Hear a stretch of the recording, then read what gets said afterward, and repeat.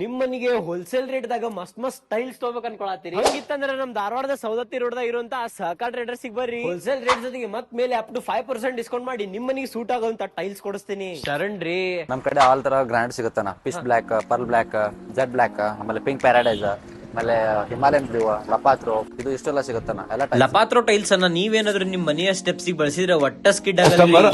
Friendly ಆಗಿ business seat ಮಾಡ್ಕೊಳ್ಳೋದು, ಏನೋ ಹೆಚ್ಚಿದ್ ಮಾಡಿ ಕಸ್ಟಮರ್ ಮನಸ್ಸು ನೋಸೋದು, ಆ ತರ ನಾನಿಲ್ಲಿ ನೋಡ್ಲಿಲ್ಲ.